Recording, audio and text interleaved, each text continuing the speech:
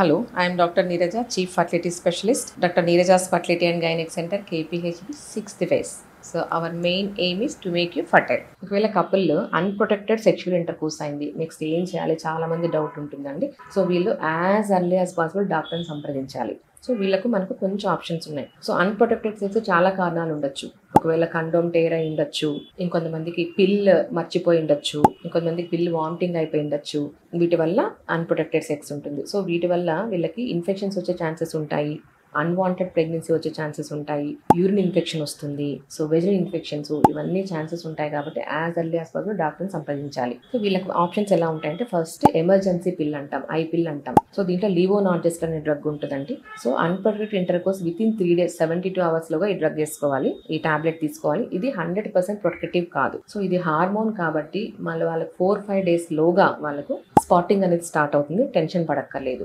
ఒకవేళ ఈ డోస్ వేసుకున్న తర్వాత మళ్ళీ 1 week అన్ప్రొటెక్టెడ్ ఇంటర్కోర్స్ అయితే మళ్ళీ డోస్ వేసుకోవాల్సి ఉంటుంది. సో చాలా మంది పేషెంట్స్ ఐపీఎల్ వేసుకున్న తర్వాత నేను చాలా ప్రెగ్నెన్సీస్ చూసాను. సో ఇది 100% ప్రొటెక్టివ్ కాదు, రెగ్యులర్ కాంట్రసెప్టివ్ కానే కాదు. ఇంకొక ఆప్షన్ కాపట్టి వేస్తాం. సో అన్ప్రొటెక్టెడ్ ఇంటర్కోర్స్ తర్వాత విత్ ఇన్ 5 days లోగా మనం కాపట్టి వేసేస్తాం. సో ఈ కాపట్టి అనేది 90% to 95% protection and long term effective అనమాట. సో ఇది ఐపీఎల్ కంటే ఇది చాలా బాగా పనిచేస్తుంది. ఇంకొక మెథడ్, వీళ్ళు అన్ప్రొటెక్టెడ్ ఇంటర్కోర్స్ తర్వాత మనం మామూలుగా ఫిమేల్స్ని, so they should have immediate bath and they should genitalia clean చేసుకోవాలి, they should pass urine. So ఇవన్నీ ప్రికాషన్స్ వల్ల కూడా కొంతవరకు ఇన్ఫెక్షన్స్ రాకుండా కాపాడుకోవచ్చు. సో వీళ్ళకు వెంటనే మనం ఇన్ఫెక్షన్స్ రాదు కాబట్టి, so minimum 2 to 3 weeks time పడుతుంది కాబట్టి వాళ్ళు వెంటనే డాక్టర్ని సంప్రదించాలి, స్కాన్ చేయించుకోవాలి, స్పెక్యులమ్ ఎగ్జామినేషన్ చేయించుకోవాలి, and Pap test, human papilloma virus, HPV infection, ఈ టెస్ట్లన్నీ చేసుకొని ఏదైనా ఇన్ఫెక్షన్ ఉంటే దానికి తగ్గట్టు మెడిసిన్స్ వాడుకోవాల్సి ఉంటుంది.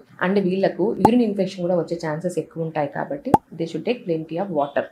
సో ఈ అన్ప్రొటెక్టెడ్ సెక్స్ వల్ల అన్వాంటెడ్ ప్రెగ్నెన్సీస్ వస్తాయి, సెక్షువలీ ట్రాన్స్మిటెడ్ డిసీజెస్ రావడము, యూరిన్ ఇన్ఫెక్షన్ రావడము, ఇవన్నీ ఉంటాయి కాబట్టి సో డాక్టర్ని as early as possible consult చేయాలి. Thank you.